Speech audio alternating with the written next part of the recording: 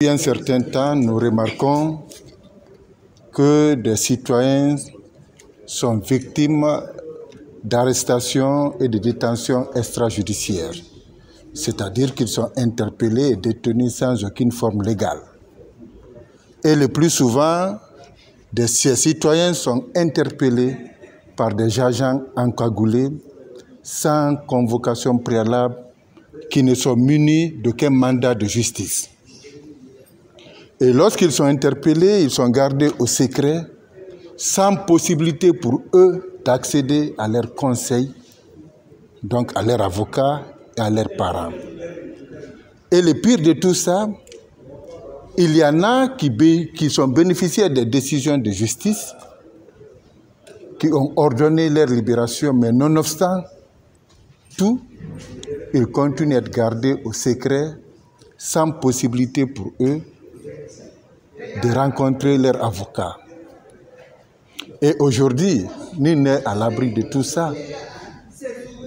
Nous l'avons rappelé dans nos différentes déclarations que nul ne peut dénier au pouvoir public d'interpeller un citoyen lorsqu'il y a des raisons plausibles de l'interpeller, lorsqu'il y a des indices concordants contre lui d'avoir commis une infraction.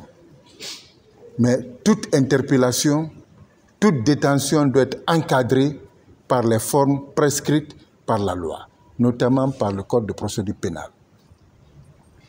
C'est pourquoi nous avons dit qu'il faut que le barreau dénonce ces situations, ce qui nous a amené à convoquer ce matin une assemblée générale extraordinaire, au cours de laquelle les résolutions suivantes ont été prises.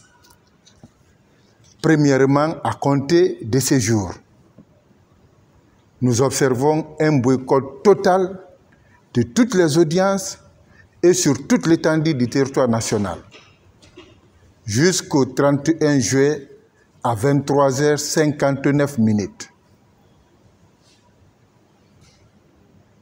Le cours des événements pourrait changer si les personnes interpellées et détenues illégalement ou arbitrairement sont présentées à un juge.